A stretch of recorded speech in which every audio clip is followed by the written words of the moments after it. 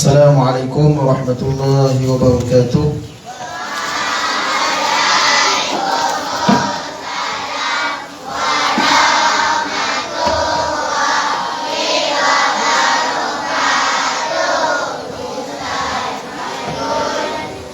Alhamdulillahi rabbil alamin. Nahmaduhu wa nasta'inuhu wa nastahdihi wa nastaghfiruh. Wa na'udzu billahi min shururi anfusina wa min sayyiati a'malina. Man yahdihillahu fala mudilla lahu wa man yudlilhu fala hadiya lahu. Ashhadu an la ilaha illallah wahdahu la syarika lahu wa ashhadu anna Muhammadan 'abduhu wa rasuluh. وقال رب اشرح لي صدري ويسر لي أمري واحلل عقدة من لساني يفقهوا قولي أما بعد. Yang berusaha Encik Zulkifli bin Tuan Ismail, Guru Besar SK Legung, Haji Azmi bin Haji Syafi'i, Nolong Kanan Pentadbiran, Puan Azira binti Abdul Aziz, Nolong Kanan Hal Ehwal Murid, Puan Fazilah binti Zakaria, penolong kanan Kurrikulum, barisan guru-guru serta anak didik yang dikasihi sekalian. Alhamdulillahirabbil alamin.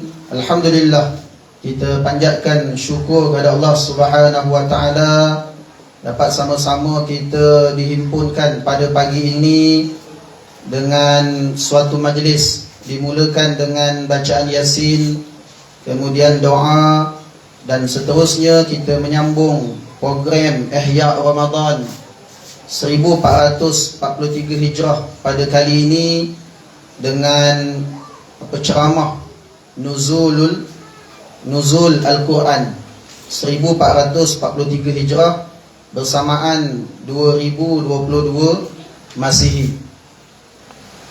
Sidang hadirin dirahmati sekalian,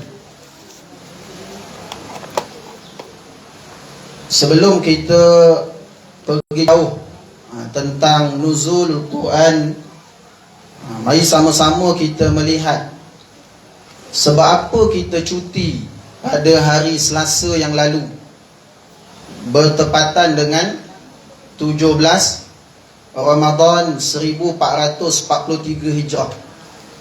Baik, Ustaz nak tanya, sebab apa kita cuti 17 Ramadan? Sebab apa? Sempena nuzul Al-Quran. Baik, sebenarnya nuzul Al-Quran diturunkan pada malam Lailatul Qadar. Ini malam Al-Qadar. Diturunkan sekaligus daripada Lauh Mahfuz diturunkan ke Baitul Izzah, iaitu di langit bumi. Kemudian barulah diturunkan daripada langit Baitul Izzah, diturunkan kepada Nabi Muhammad sallallahu alaihi wasallam pada malam 17 Ramadan. Pada malam 17 Ramadan. Maksudnya apa? Maksudnya kita memperingati peristiwa turunnya Al-Quran daripada Baitul Izzah, ini langit, turun kepada Nabi Muhammad sallallahu alaihi wasallam. Boleh tak? Kalau orang tanya, kenapa kita cuti? Al-Quran dia turun malam Al-Qadar. Malam Al-Qadar kita tak tahu bila kan. Sebenarnya 17 Ramadan itu tarikh turunnya Al-Quran daripada langit diturunkan kepada Nabi Muhammad sallallahu alaihi wasallam. Boleh tak? Okey. Baik, seterusnya, dahsyatnya ketika mana Al-Quran diturunkan. Dahsyat tak? Dahsyat tak? Baik. Sebab apa Ustaz letak dahsyatnya Al-Quran diturunkan?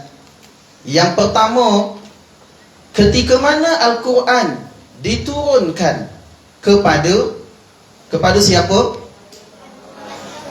Kepada Nabi Muhammad sallallahu alaihi wasallam. Ketika itu, maka baginda dilantik menjadi penghulu para nabi dan rasul. Hebat tak? Walaupun Nabi Adam orang yang pertama dicipta, walaupun Nabi Muhammad antara yang zaman yang akhir, Nabi Muhammad diiktiraf menjadi penghulu para nabi dan rasul alaihimussalatu wassalam.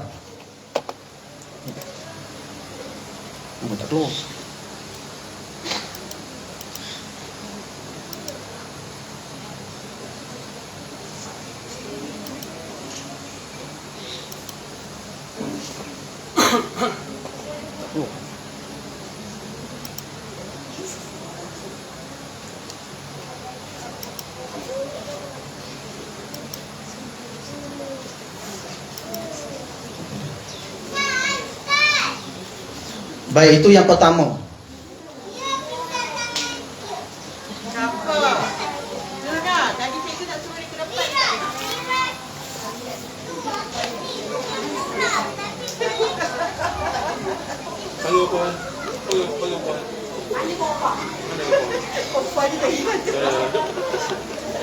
Baik, boleh faham tak yang pertama? Yang pertama, Al-Quran turun, kemudian Nabi Muhammad otomatik dilantik menjadi penghulu para nabi dan rasul alaihimussalatu wassalam. Baik, kemudian yang kedua, ketika Al-Quran diturunkan melalui malaikat. Malaikat apa? Yang membawa wahyu.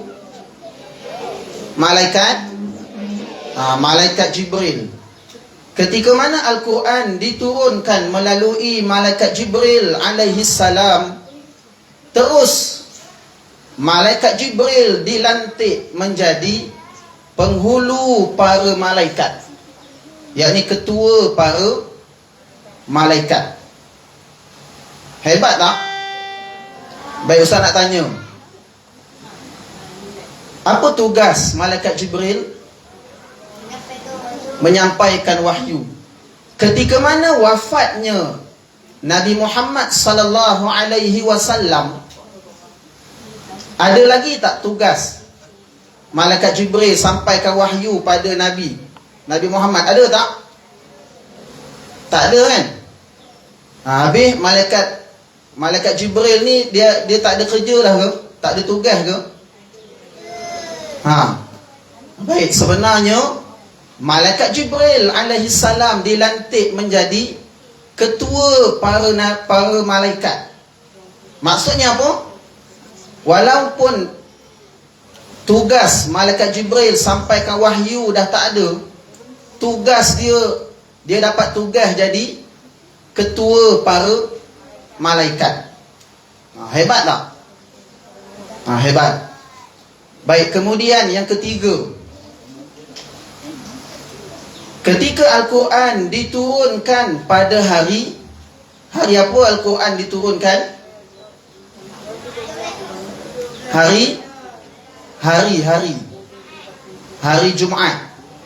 Baik, ketika Al-Quran diturunkan pada hari Jumaat, hari Jumaat terus dijadikan penghulu Sayyidul Ayyam, penghulu segala hari. Macam hari ni, hari apa? Hari Jumaat. Hari Jumaat penghulu segala hari. Banyak kelebihan hari Jumaat.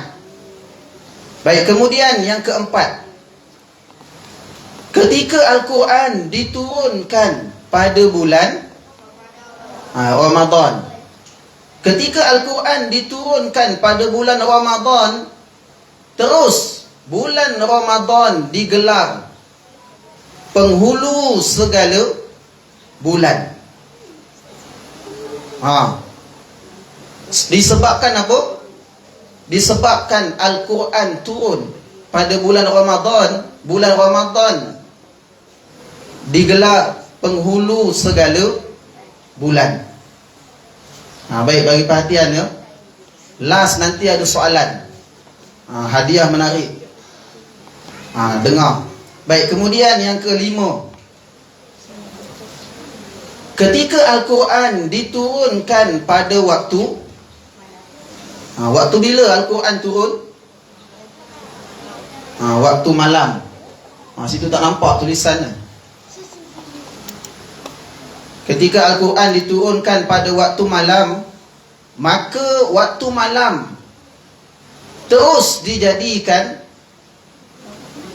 Lailatul Qadar, malam Al-Qadar, iaitu malam yang lebih baik daripada 1000 bulan, bersamaan 83 tahun 2 bulan.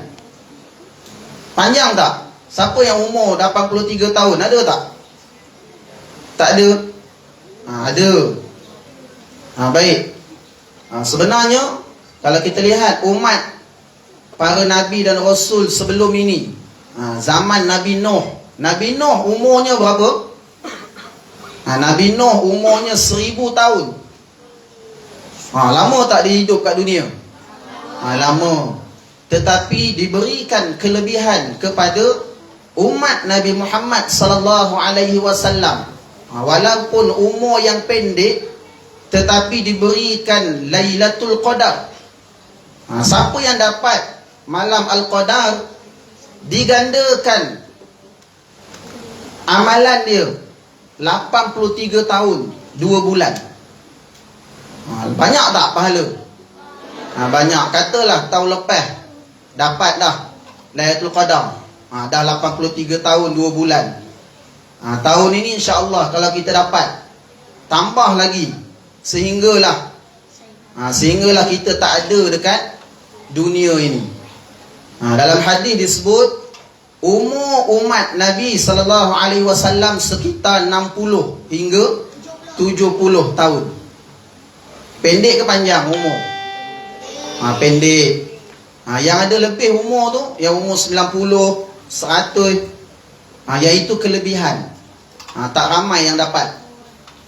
Maka gunakan malam Al-Qadar untuk beramal ibadah. Contoh saya nak bagi.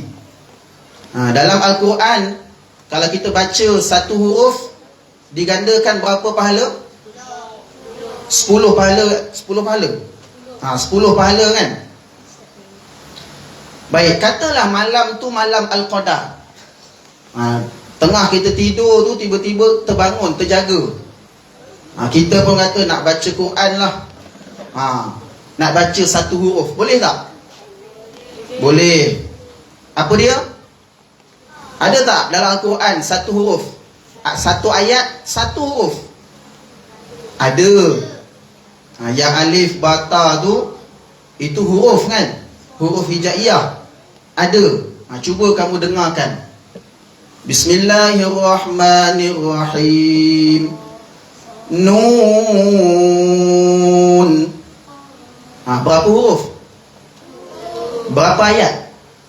Satu. Katalah malam tu kamu baca satu huruf, digandakan pahalanya 1000 bulan. Umpama 83 tahun 2 bulan. Hebat tak? Hebat. Cumanya kita kena cari malam Al-Qadar. Baik, seterusnya tak keluar ni. Okey, seterusnya nuzul Al-Quran. Baik, apa maksud nuzul Al-Quran? Nuzul ialah penurunan Al-Quran. Al-Quran diturunkan. Macam mana Al-Quran diturunkan? Adakah satu Quran tu diturun bawah? Al-Quran diturunkan melalui malaikat Jibril alaihi salam. Asalnya Al-Quran daripada Lauh Mahfuz diturunkan ke Baitul Izzah sekaligus. Kemudian diturunkan kepada Nabi Muhammad sallallahu alaihi wasallam secara mutawatir. Apa maksud mutawatir? Secara berperingkat-peringkat ataupun beransur-ansur. Diturunkan pada malam 17 Ramadan selama 23 tahun. 13 tahun di Mekah. Sebab tu ayat Al-Quran dinamakan ayat apa kalau turun kat Mekah? Ayat Makkiyah. Kalau turun dekat Madinah, Madaniyah. 10 tahun diturunkan di Madinah. Bertujuan untuk supaya sikit-sikit turun Al-Quran, supaya ia mengikut peristiwa yang berlaku, mudah difahami. Baca sikit-sikit ayat tu mudah faham, mudah untuk dihafal, dan mudah untuk dilaksanakan. Baik, kemudian yang keempat, Al-Quran mengandungi berapa juzuk? 30 juzuk. Berapa surah? 114 surah. Berapa ayat? Dia ada banyak pandangan. Yang paling kuat 6,236 ayat. Baik, yang kelima, hukum beriman dengan Al-Quran ialah wajib. Yang keenam, Al-Quran diturunkan kepada Nabi Muhammad sallallahu alaihi wasallam ketika berusia 40 tahun. Tempat turunnya wahyu di Jabal Nur, Gua Hira. Siapa pernah pergi Gua Hira? Nanti saya tunjuk gambar. Ustaz pernah pergi Gua Hira. Baik, Jabal Nur ni apa? Maksudnya Jabal Nur, bukit cahaya. Bukit cahaya. Kalau kamu naik ke Jabal Nur ini, kamu akan nampak bercahaya bukit tu waktu malam. Sebab tu Jabal Nur namanya. Dalam Jabal Nur tu lah ada Gua Hira. Baik, kemudian yang ke-8, ketika wahyu yang pertama diturunkan ialah surah Al-Alaq, ayat 1 hingga 5. Macam mana bunyi ayatnya? Iqra bismi rabbikal ladzi khalaq. Baik, kamu tengok kalimah pertama digunakan Iqra. Baca. Semalam kamu buat apa? 10 minit baca. Kelebihan orang yang membaca apa dia? Baca dapat pahala. Dapat ilmu, dapat maklumat, dapat kan? Baca. Kalau tak baca, tak dapat apa-apa. Sebab tu kena buka buku, baca.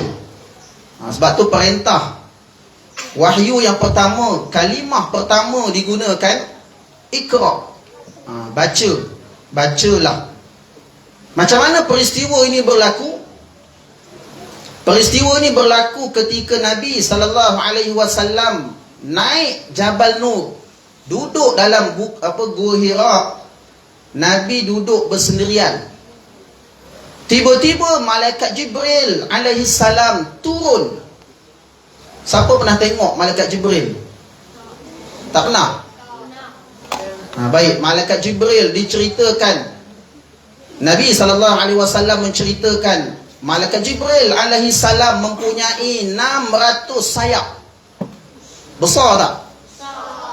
Tapi tak boleh nak gambar macam burung.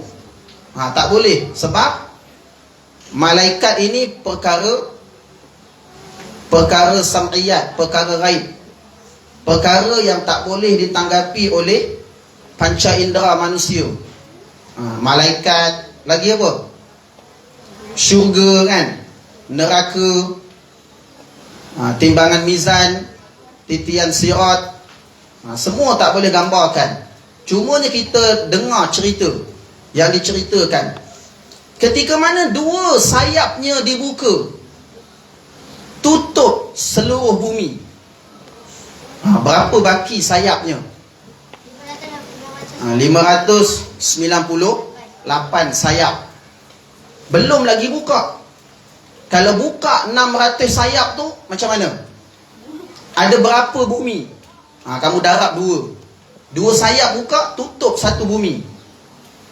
Maka banyaklah planet yang ditutup. Baru malaikat turun. Sebab itu ketika mana kita beriman dengan malaikat kan, contoh kamu beriman dengan malaikat Jibril kan. Apa tugas malaikat Jibril? Tugas malaikat Jibril menyampaikan wahyu. Ketika itu kamu tiba-tiba teringat kan, wahyu ni malaikat Jibril yang turunkan. Maka apa tindakan kamu?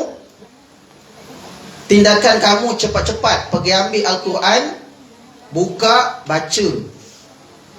Itu sebab kalau kita beriman dengan malaikat Jibril, kita kena baca Al-Quran. Bukan ustaz dan ustazah suruh baca Quran baru nak baca. Sebab tu nanti ustaz akan bagi tahu apa? Malaikat Jibril yang suruh baca. Takut tak? Baru takut. Sebab tu baca Al-Quran. Baik, ketika malaikat Jibril turun ajar Nabi kan, waktu ajar Nabi tu, malaikat Jibril ajar, Iqra, bacalah.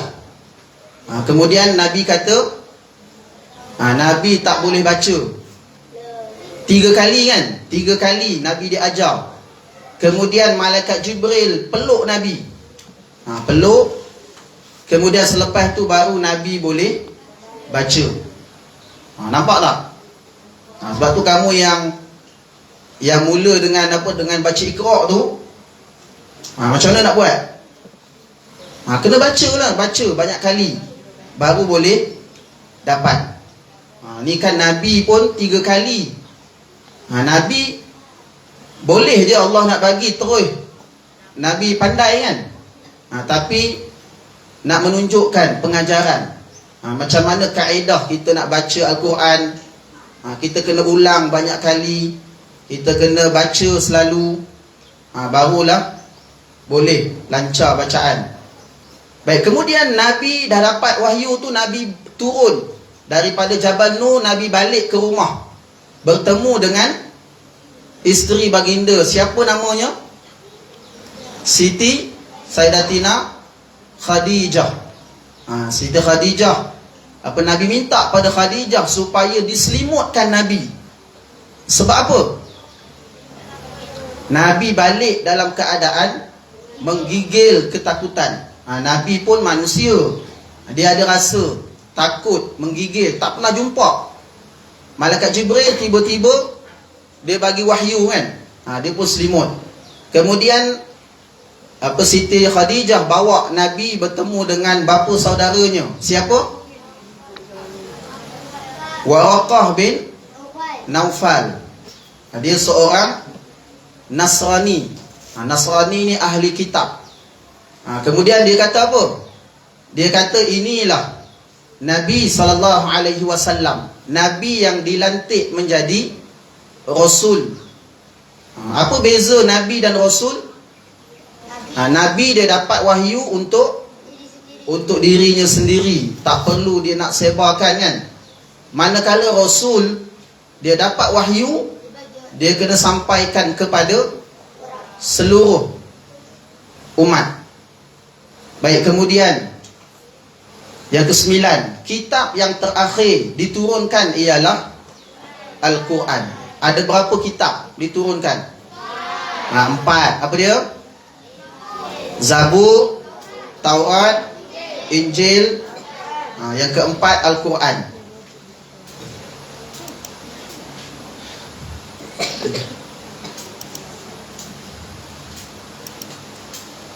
Baik, Ramadan adalah bulan Al-Quran. Sebab tu kita bulan Al-Quran ini kita perbanyakkan membaca Al-Quran. Sehinggalah kalau tengok apa para ulama, kalau tengok apa para ulama, mereka waktu bulan Ramadan dia akan perbanyakkan baca Al-Quran. Aktiviti lain dia akan kurangkan. Faham? Baik, firman Allah Subhanahu wa taala, "Syahrul Ramadan allazi unzila fihi al-Qur'an hudan lin-nas wa bayyinatin minal huda wal furqan." Maksudnya surah Al-Baqarah ayat 185, bulan Ramadan yang padanya diturunkan Al-Quran menjadi petunjuk, huda, petunjuk bagi sekalian manusia. Baik, cuba kamu tengok kitab sebelum ini diturunkan, kitab Zabur, kitab Injil, kitab Taurat. Ia diturunkan kepada kaum tertentu. Diturunkan kepada Bani Israel, diturunkan kepada kaum tertentu. Tetapi ketika mana Al-Quran diturunkan, diturunkan kepada hudan linnas, kepada sekalian manusia.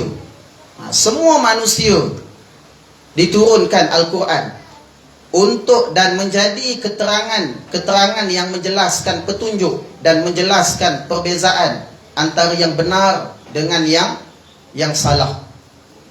Sidang hadirin dirahmati sekalian. Baik, kemudian seterusnya cara Al-Quran diturunkan.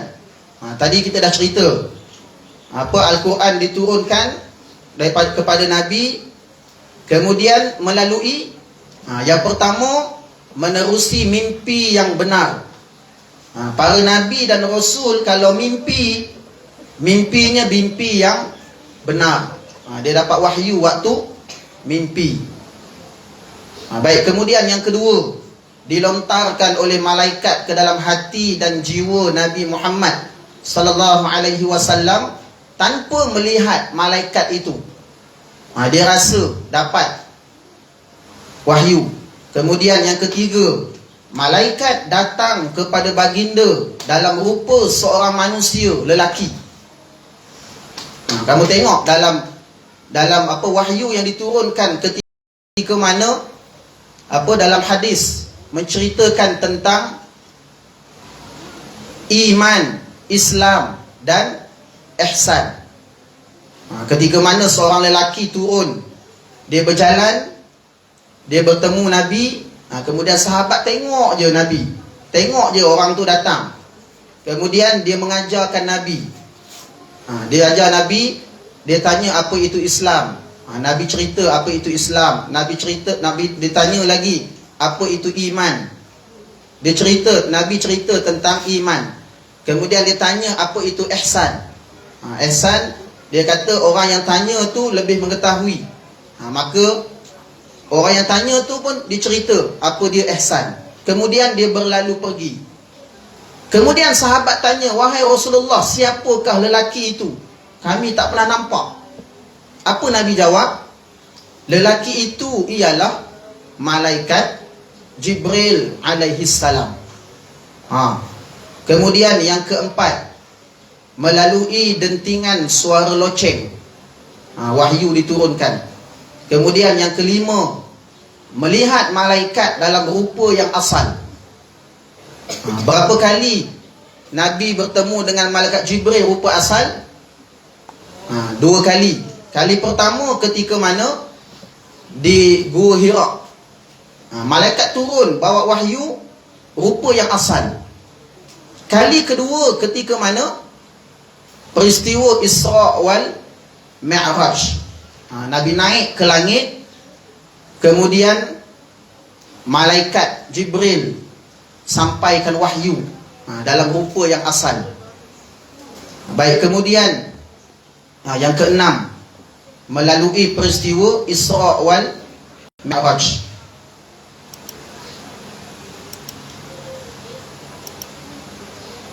Baik, kemudian cara wahyu diturunkan. Tadi kita dah sebut, daripada wahyu daripada Allah diturunkan sekaligus ke Lauh Mahfuz, kemudian diturunkan sekaligus ke Baitul Izzah, iaitu langit dunia, kemudian baru diturunkan secara mutawatir, berperingkat-peringkat. Penurunan wahyu kepada Rasulullah sallallahu alaihi wasallam melalui malaikat Jibril alaihi salam. Tadi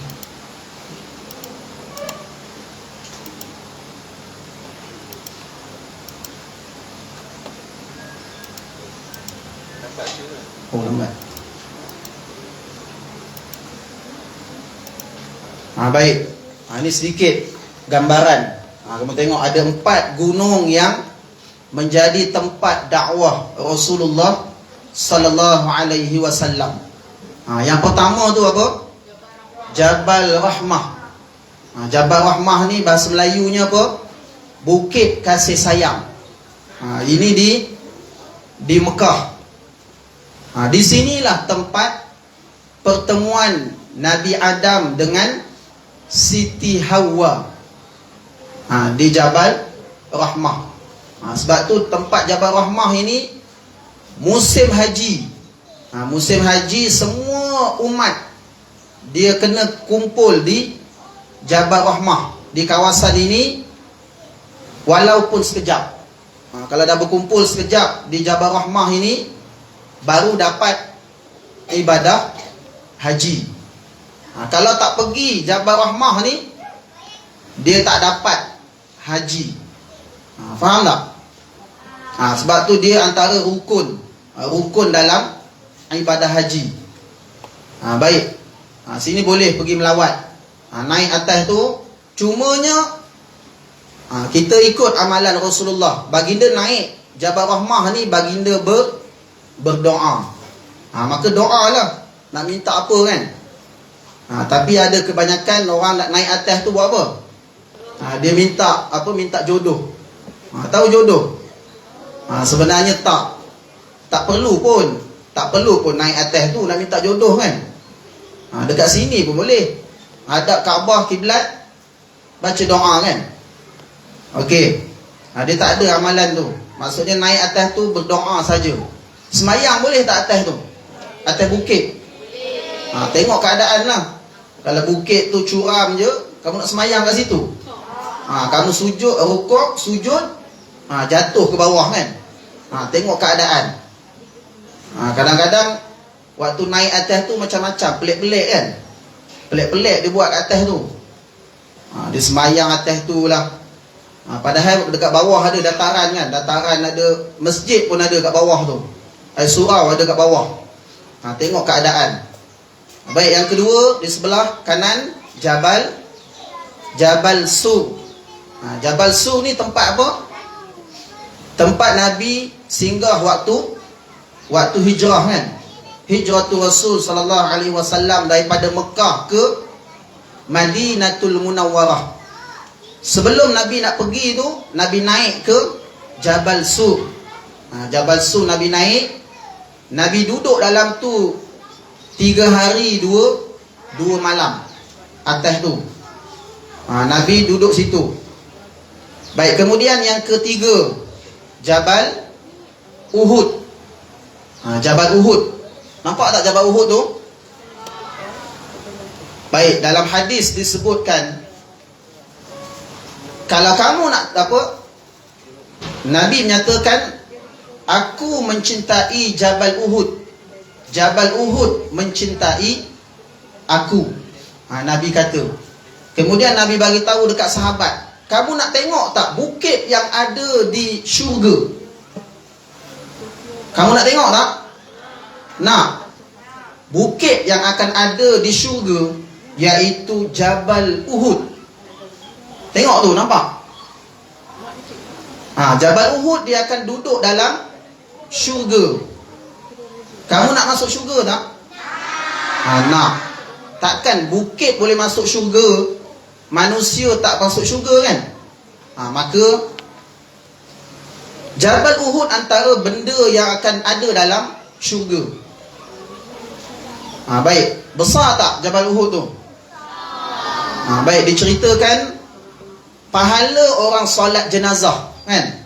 Pahala orang solat jenazah satu bukit Uhud. Besar tak bukit Uhud tu? Kemudian orang iring jenazah pergi kubur, dia dapat lagi satu bukit Uhud. Dia dapat dua bukit Uhud. Sahabat tanya dekat Rasulullah, besar mana bukit Uhud ni? Ustaz pergi tengok bukit Uhud ni, diceritakan besarnya 5 kilometer. Besar tak? Cuba kamu berlari 5 kilometer boleh? Merentas desa boleh? 5 kilometer jauh tak? Jauh. Tu besar pahala orang solat jenazah. Sebab tu kalau ada solat jenazah senang ke susah? Berapa rakaat? Yakin? Berapa rakaat? Semua salah. Solat jenazah dia tak ada rakaat. Dia ada apa? Dia hanya 4 takbir sahaja. Lepas ni nak buat tak? Lepas ni solat lah. Kalau ada yang meninggal, solat jenazah, apa pahalanya? Satu bukit Uhud, 5 kilometer besar. Baik, kemudian yang keempat Jabal Nur, iaitu Bukit Cahaya. Ini Gua Hira, tempat Nabi terima wahyu. Kamu tengok, kamu nak pergi tengok tak 4 bukit ni? Tanamkan dalam diri. Kalau boleh nanti nak pergi, nak pergi tengok macam mana rupa Jabal Uhud, macam mana rupa Jabal Rahmah, macam mana rupa Jabal Sur, dan rupa Jabal Nur. Menarik. Baik, kita tengok gambar seterusnya.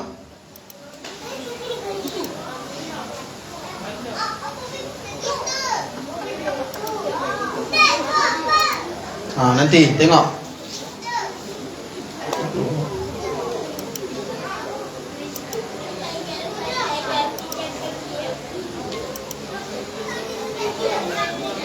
Baik, seterusnya gambar. Lambat sikit. Tak keluar. Online tak ni? Wait ni. Baik, ini gambar Jabal Nur. Jabal Nur daripada Masjidil Haram kena naik teksi 5 kilometer. Jauh tak? Jauh. Nabi SAW, baginda daripada Masjidil Haram pergi berjalan kaki ke kaki bukit Jabal Nur. Nabi berjalan kaki. Nampak tak bukit yang atas tu? Yang atas tu bukit. Itu di atas tu lah Jabal Nur. Dalam tu ada Gua Hira. Nampak yang atas tu? Baik, kemudian nak tengok tak Gua Hira macam mana? Okey, kita tengok lagi. Kita panjat bukit. Naik bukit. Daripada kaki bukit nak naik ke Jabal Nur Gua Hira 1 jam. Lama tak? Lama. Naik tu penat. Dia macam bertangga. Kita macam naik tangga. Dia dah tarah macam tangga. Naik tangga, berehat, kemudian naik lagi tangga.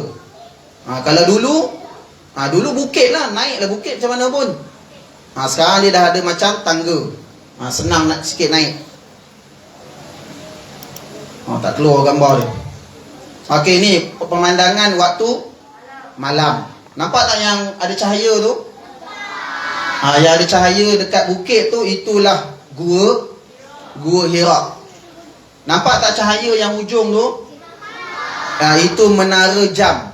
Menara jam Mekah. Menara jam Mekah. Depan menara jam Mekah itulah Masjidil Haram. Jauh tak? Daripada situ ke bukit Gua Hira 5 kilometer. Nabi berjalan kaki. Tapi masa Ustaz pergi tu naik teksi. Naik teksi bayarlah 20 rial. 20 rial bersamaan lebih kurang 25 ringgit. Duit kita. Baik, kemudian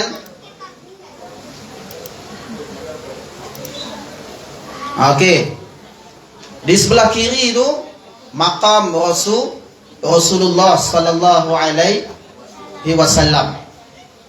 Ni makam Rasulullah di mana? Makam Rasulullah kat mana? Kaabah. Makam ni macam kubur Rasulullah. Di mana? Di mana? Di Madinah. Di Masjid Nabawi di Madinah. Okey. Tu sempat selfie kan. Kalau lidah dia halau. Dia tak boleh lama-lama kat situ, kan? Okey, kemudian sebelah kanan tu itu dalam Jabal Nur. Ustaz duduk dalam tu. Dalam tu muat 2 orang je masuk. Seorang ambil gambar, seorang duduk situ, nampak? Kalau dua-dua nak ambil gambar, rasanya kena tak boleh. Dia muat. Tempat tu tempat apa? Betul-betul kiblat. Tempat Nabi solat. Nabi solat dalam Gua Hira. Baik, kemudian okey, seterusnya. Okey, maksud Al-Quran. Al-Quran daripada perkataan bahasa Arab. Qara'a, telah membaca. Yaqra'u, sedang membaca. Qur'anan, Al-Quran. Dia kata terbitan. Kamu belajar kan? Belajar apa? Belajar apa? Fa'ala yaf'alu fa'lan kan? Baca yang tu, dia yang ni kalimah tu. Daripada kata terbitan Al-Quran. Al-Quran, kalau orang tanya apa Al-Quran, kamu nak jawab apa? Al-Quran tu Al-Quran lah. Macam tu ke? Tak. Jawapan dia mesti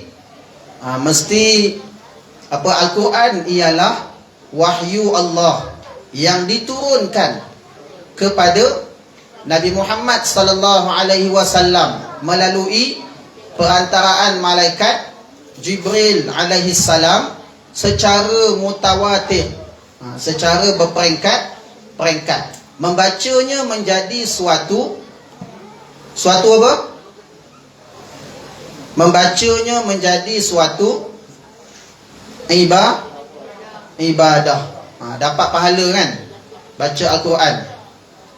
Baik, kemudian puasa dan Al-Quran, dia akan memberi syafaat pada hari kiamat. Syafaat ni apa? Pertolongan. Dekat akhirat nanti ada tak orang nak tolong kita? Ada tak? Kawan kamu sebelah tu boleh tolong tak? Tak boleh. Dia mesti ada syafaat. Antaranya syafaat Al-Quran dan puasa. Sebagaimana dalam hadis, maksudnya puasa dan Al-Quran kelak pada hari kiamat akan memberi syafaat kepada seorang hamba. Puasa berkata, wahai Rabb, aku telah menahannya dari makan dan nafsu syahwat di siang hari, maka izinkanlah aku memberi syafaat pertolongan kepadanya. Dan Al-Quran pun berkata, aku telah menahannya dari tidur di malam hari, maka izinkanlah aku memberi syafaat kepadanya.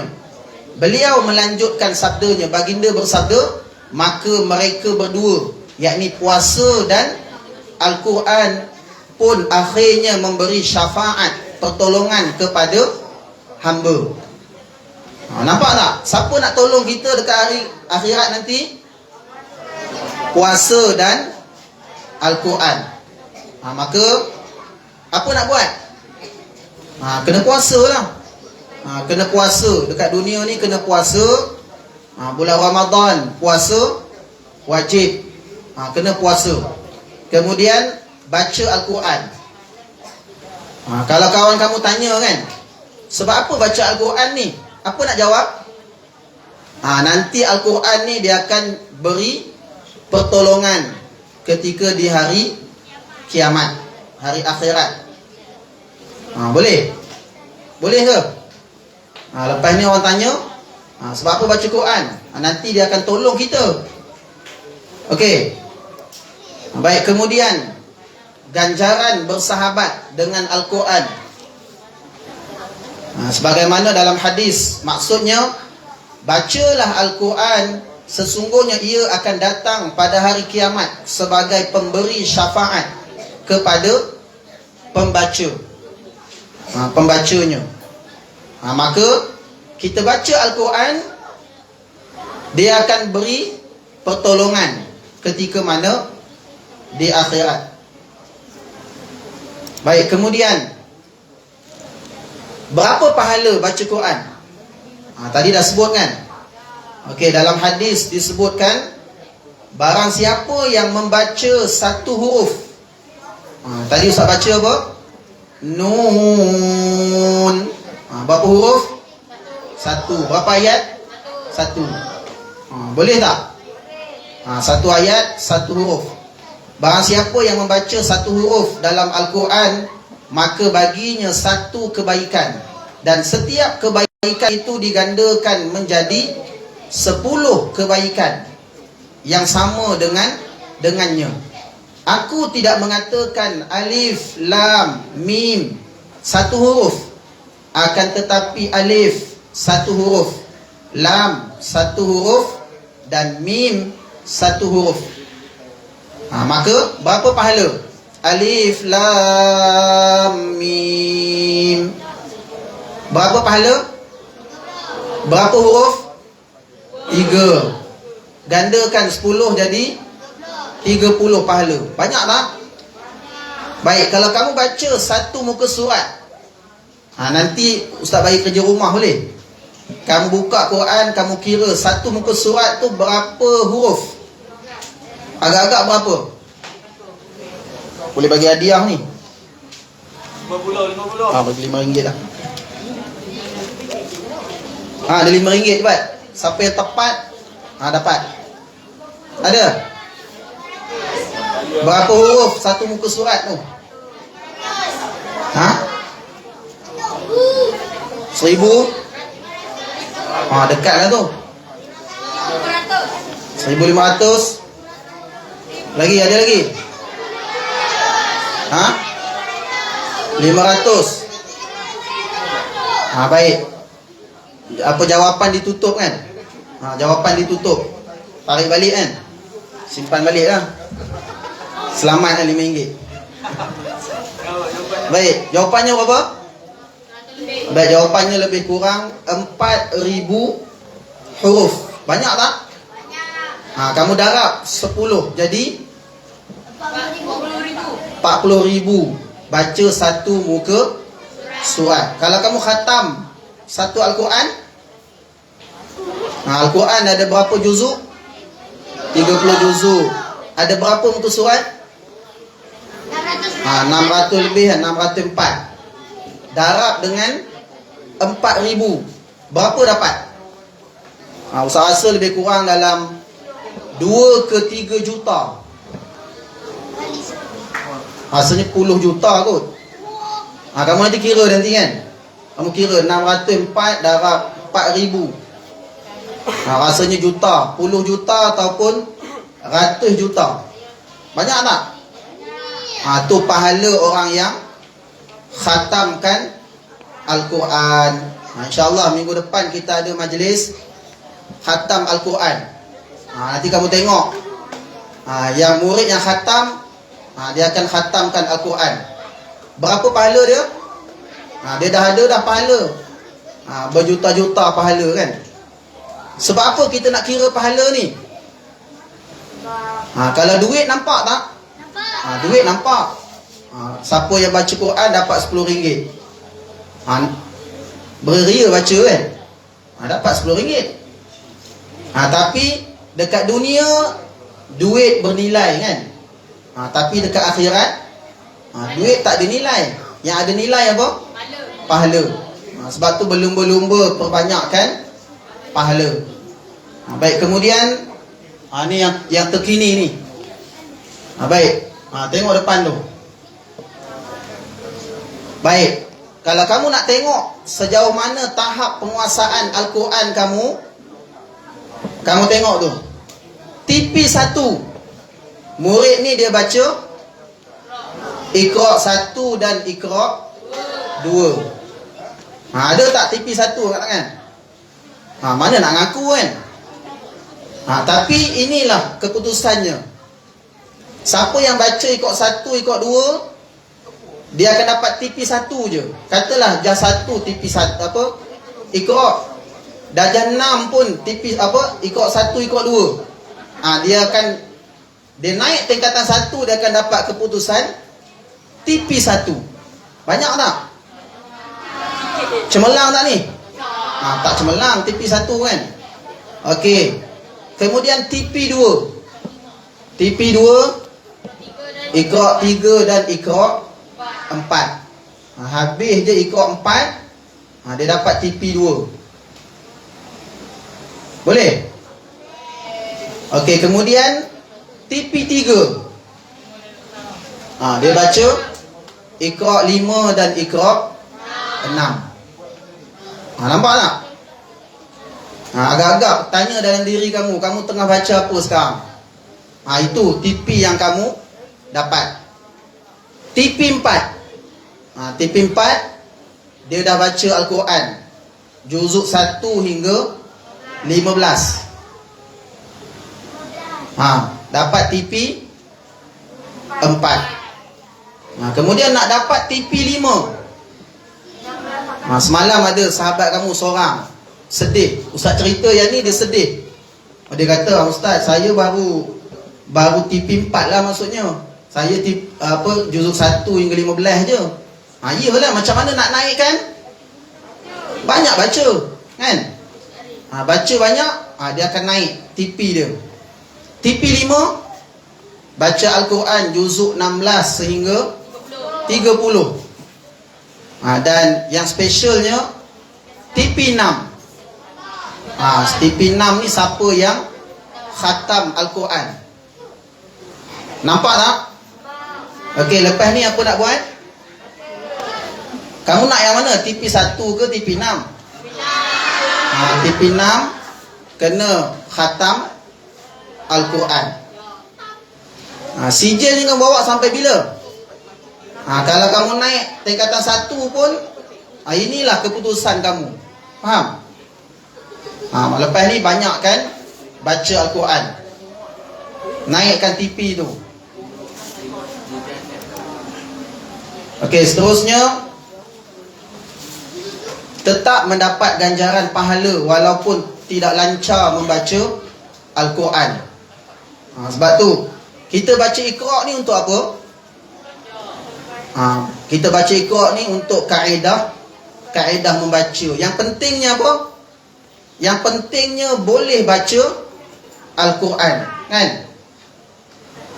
Jangan kamu kata darjah 1 Iqra 1, darjah 2 Iqra 2, darjah 6 Iqra 6.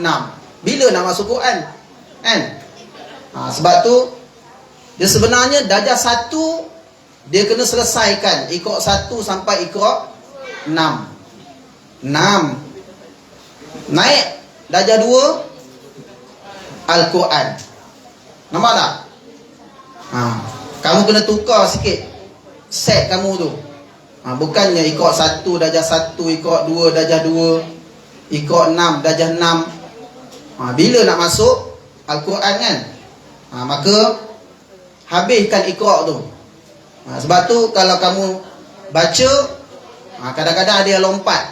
Dia baca Iqra 1 dah habis, lompat Iqra 3, lompat Iqra 5, terus lompat baca Quran. Tak perlu tunggu. Baca ikut 5, nanti ustaz saya nak baca ikut 6 dulu. Tak payah kan? Tak perlu. Sebab apa? Yang penting baca Al-Quran. Okey, apa pahala? Pahala orang yang baca Al-Quran tapi tak lancar. Hadis maksudnya seorang yang mahir dalam Al-Quran akan bersama para malaikat yang mulia dan sentiasa taat kepada Allah. Dan bagi yang membaca Al-Quran namun tersangkut-sangkut dan berasa susah buatnya, maka untuknya itu 2 pahala. Dia dapat 2 pahala. Satu pahala dia baca, cuba baca Al-Quran. Satu lagi pahala walaupun tak lancar. Faham? Okey. Dapat juga pahala walaupun tak lancar baca. Baik, kemudian sebaik-baik manusia ialah mana yang baik manusia? Okey, dalam hadis disebutkan khairukum man ta'allamal Quran wa 'allamah. Maksudnya sebaik-baik kamu adalah orang yang mempelajari Al-Quran dan mengajarkannya. Sebab tu kalau kamu belajar baca Al-Quran, maka kamu orang yang sebaik-baik manusia. Dan orang yang mengajar Al-Quran, orang yang ajar Al-Quran pada orang lain, dia antara manusia yang sebaik-baik manusia. Baik, kemudian nak dengar lagi tak cerita? Baik, ini kisah Rasulullah sallallahu alaihi wasallam bertadarus bersama malaikat Jibril alaihi salam pada bulan Ramadan. Nabi dia akan jumpa malaikat Jibril bulan Ramadan, dia akan bertadarus. Tadarus ni apa? Tadarus ni seorang baca, yang lain semak. Bukannya semua baca masing-masing kan? Dia tadarus, seorang baca, yang lain semak. Okey, dalam hadis disebutkan Nabi SAW merupakan orang yang paling pemurah dengan kebaikan, dan sifat pemurahnya semakin memuncak dalam bulan Ramadan. Ketika malaikat Jibril menemui baginda, malaikat Jibril alaihissalam menemui baginda setiap malam di bulan Ramadan, sehinggalah selesai Nabi Muhammad sallallahu alaihi wasallam memperdengarkan Al-Quran kepadanya. Ketika malaikat Jibril alaihissalam datang, baginda memberikan kebaikan melebihi angin mursalah yang bertiup atau yang dikirimkan. Sifat pemurah Nabi ini umpama angin berlalu. Contohnya sifat pemurah, Nabi bersedekah. Bulan Ramadan Nabi akan lebihkan sedekah. Pemurahnya Nabi bulan Ramadan. Kita pun kena ikut. Dan satu tip, nak dapat tip Lailatul Qadar tak? Senang je. Apa dia? Bila waktu Al-Qadar? Malam kan? Malam Al-Qadar, waktu malam. Bila berlakunya? Disebutkan 10 malam terakhir. Bila? Malam 10 malam terakhir daripada 21 sehingga 30 Ramadan kan? Kemudian ada lagi malam-malam ganjil kan? Malam ganjil tu bila? 21. Malam ni malam apa? Malam ni berapa Ramadan? Malam ni, hari ni hari ke 20 kan? 22 dah. Hari ni 20. Hari ni 20 puasa. Malam ni kita akan, malam ni malam 21 malam ni. Malam ni malam 21. Dia kemungkinan ada Lailatul Qadar. Okey. 21 ganjil apa? 21, 20, 23, 25, 27, 29. Ada 5 malam. Boleh tak? Baik, 5 malam ni ada kisah yang diceritakan. Ada yang kata malam 27, ada yang kata malam 21. Maka carilah mana-mana malam. Apa nak buat? Tipnya apa? Kamu nak amalan senang ke susah? Amalan senang ni apa? Berzikir, baca Quran, solat. Baik, amalan tip yang mudah iaitu bersedekah. Senang tak? Senang. Kamu target 10 malam terakhir ni, satu malam kamu bagi berapa? Kamu ada RM10 kan? Satu malam RM1. Boleh? Satu malam RM1. Letak kat mana? Tabung mana? Tabung kat rumahmu ke kat masjid? Kat masjid. Faham? Pergi masjid, letak RM1. Kemudian balik kan? Katalah antara 10 malam tu malam Al-Qadar kan? Kamu dah bagi RM1, dapat pahala. Pahala umpama 1000 bulan. 83 tahun 2 bulan. Banyak tak? Banyak pahala. RM1 banyak tak? RM1 tak banyak. Tak banyak kan? Kumpul. Dapat pahala. Senang ke susah? Okey, senang. Baik, seterusnya. Dah habis dah. Dah habis dah. Okey, kita masuk soalan kuis Nuzul Quran.